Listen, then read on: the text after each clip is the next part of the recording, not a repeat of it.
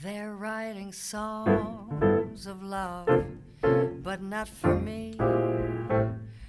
All lucky stars above, but not for me. With love to lead the way, I found more clouds of gray than any Russian play could guarantee. I was a fool to fall and get that way. All lack a day, although I can't dismiss the memory of your kiss. I guess you're not for me.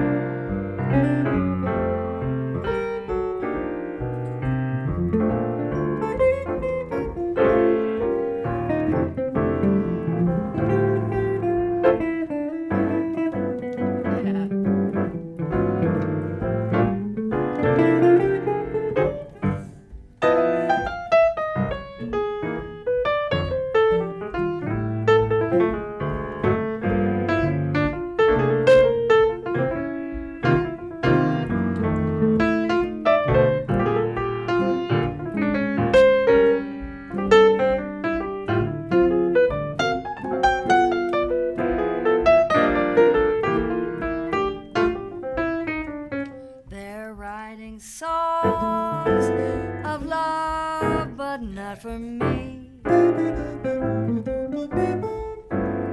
All lucky stars above, but not for me. With love to lead the way, I found more clouds of gray than any stars above. I was a fool to fall and get that way. Hi-ho, alas and oh so like a day. Although I can't dismiss that memory of your kiss, I guess you're not. No, I guess you're not. I guess you're not for me.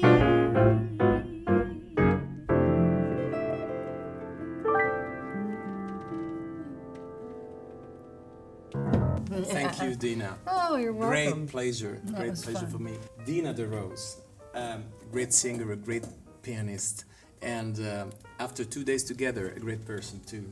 Honestly, to God. Thank you. Here I cut Works so that both we ways. know. Oh, thank you so Oh, much. you cut. Oh, sure. No, okay, I don't cut anymore. I don't cut anymore. That was good. Okay, I want to thank you because we've been together for 2 days during a nice workshop. It's your day off and you're giving your time to me. That's very precious to me, and so thank you. You're a great pianist and a great singer too. How do you feel when you think about it? You feel a pianist, you feel... I mean, I live the same problem. Yes, with the voice and guitar, yeah. Yeah. I mean, I was first a pianist, but since I've been playing and singing, I would say singing and playing at the same time is an entity of itself, because I'm not accompanying myself singing, and I'm not singing to my piano playing. I'm trying to, the integration between the two is one thing.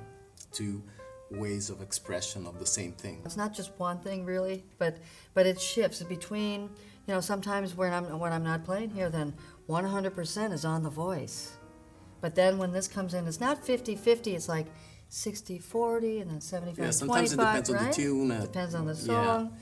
Really, I just think when I'm singing is number one.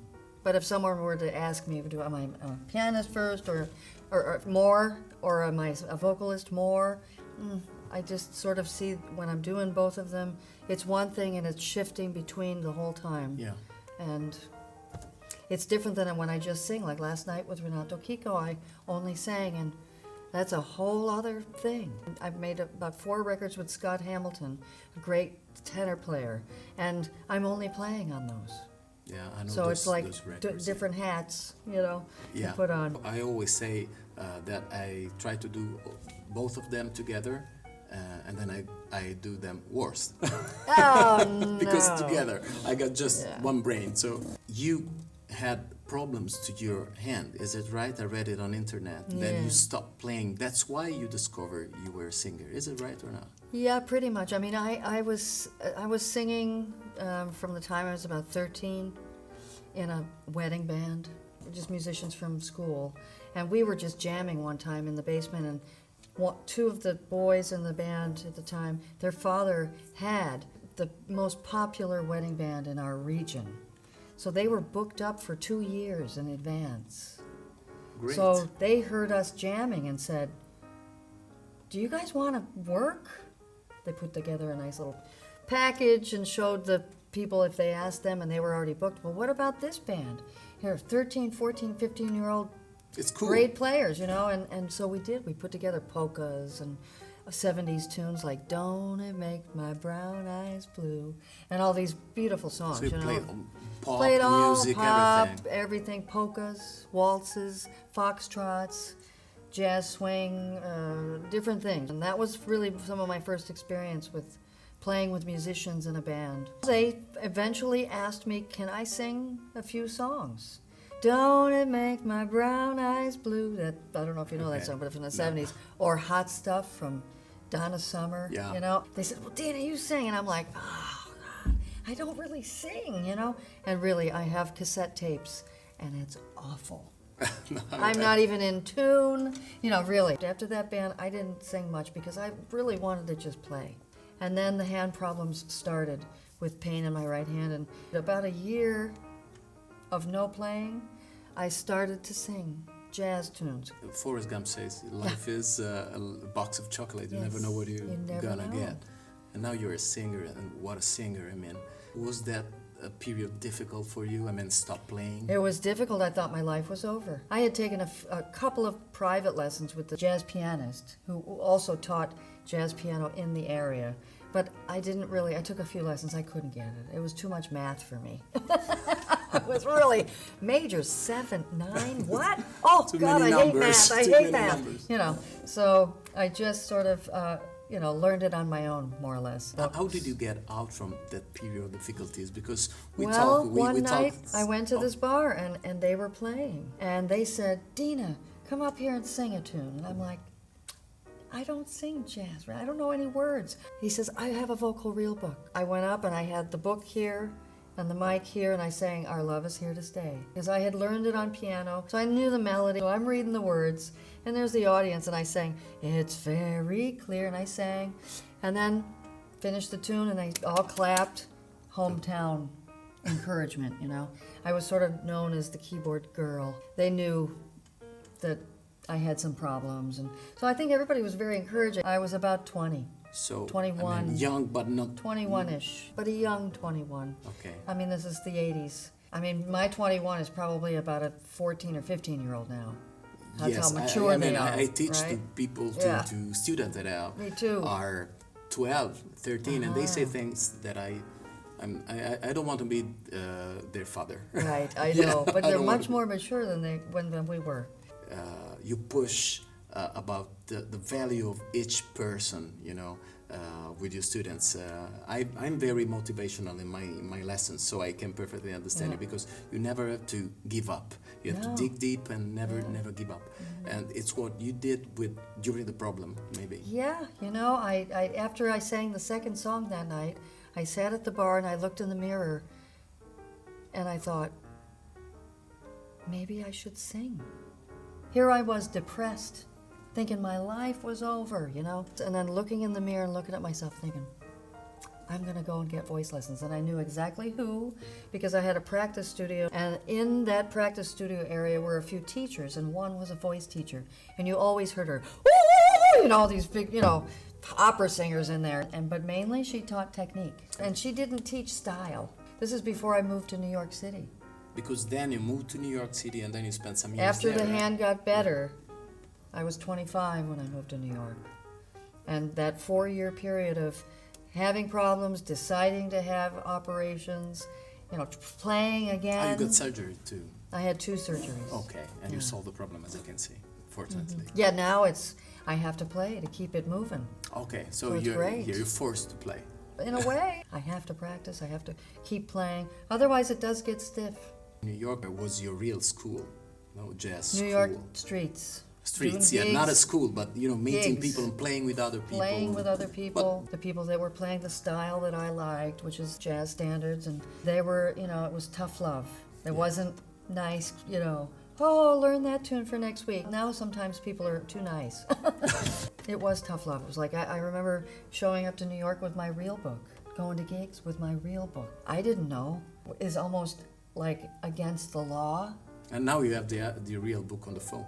Yeah, We have it. now it's there if we need it in That's a problem. pinches. I mean, that's a problem for some things, and that's good for other things, as always. And at a certain point, you moved to Europe because you teach at Graz University. Graz University in Austria. yeah. Okay, my beloved Austria. I love Austria. You look Austrian a little bit. A little, I Yeah. think. When they speak to me at first in a shop or something, I think they automatically think They I'm... go in German. Yeah. And then when my German comes out... But you told me you're studying German, right? Yeah, I continually study it. Well, what can you say in German? Guten Morgen. Guten Morgen? Ja. Okay. Ich spreche ein bisschen Deutsch, aber ich verstehe... Okay, that's great. For me, it's enough. I don't understand. Outside. So, Yeah. you moved directly to Austria, or From New York. what a change! Yes, it was a big change, but it was the perfect change. I was 15 years and starting to do a lot of traveling to Europe and back. I feel very fortunate that when I lived in New York, I mean, for a good 10 years, I had between 8 and 14 gigs a week. Yeah, because I would do Friday night cocktail hour, Friday night gigs, maybe even a Friday afternoon from 12 to 2, and then Saturday afternoon brunch, and then cocktail hour, and then a nighttime gig, and then even a 1 to 4 in the morning jam session. So, I mean, it was just continually, every day. Playing all the time, every All day. the time. It was so fun. Sometimes you're tired, but, it's a gig.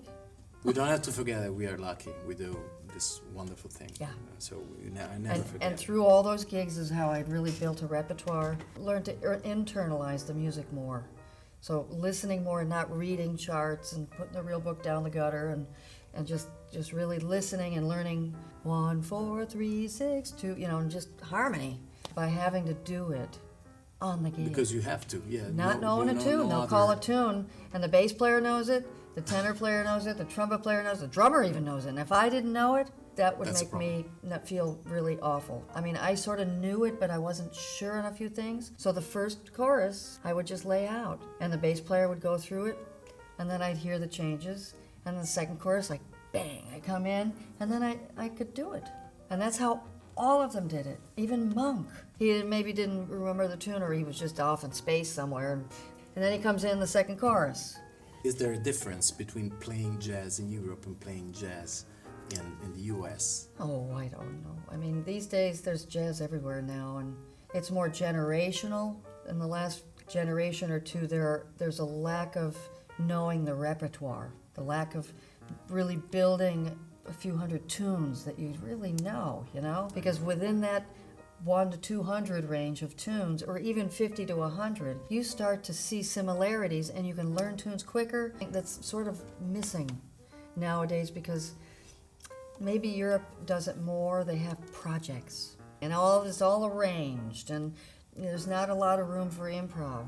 You played with giants of jazz. I'm thankful to have in my generation also from New York, being in that scene, some great players that are much more well known than I am now. Ingrid Jensen, great trumpet player, Jeremy Pelt, Jim Rotundi, and then sax players Eric Alexander. I heard your last, I think it's the last work, Alpenglow in Copenhagen. Okay. And it's, I should say crazy, it's...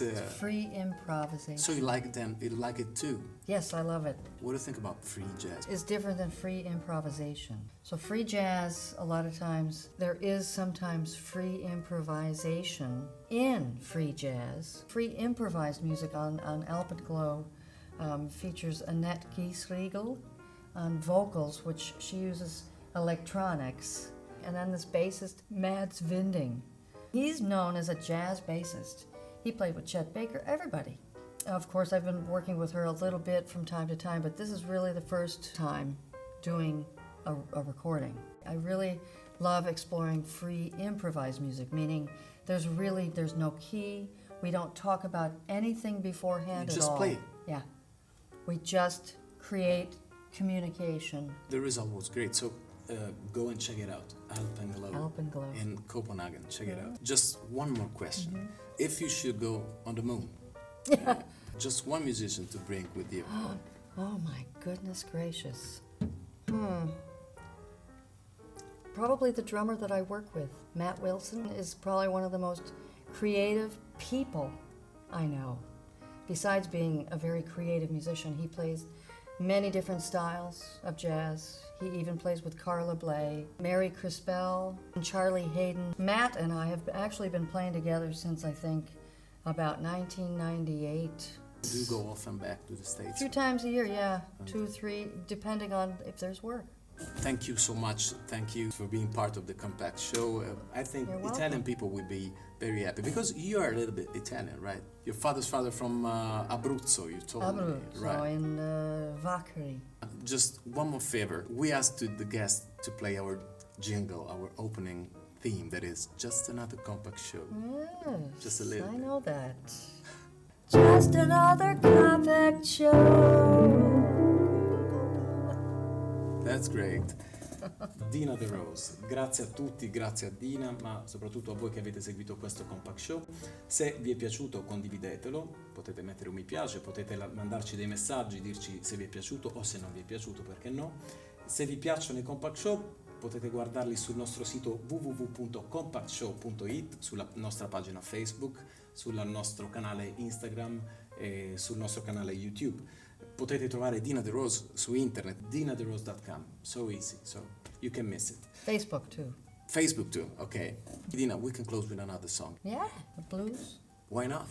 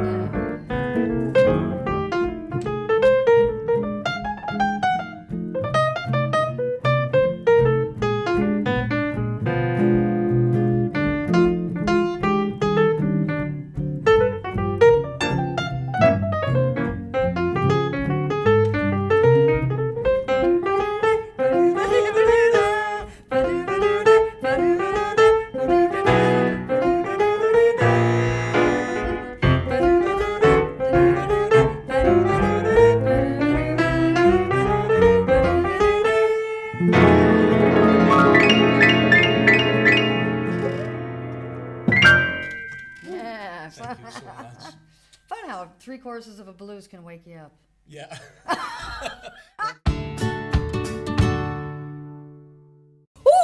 You know, these big, opera singers in there. Ich spreche ein bisschen Deutsch, aber ich verstehe. Super. Super. 1, 4, 3, 6, 2, just harmony.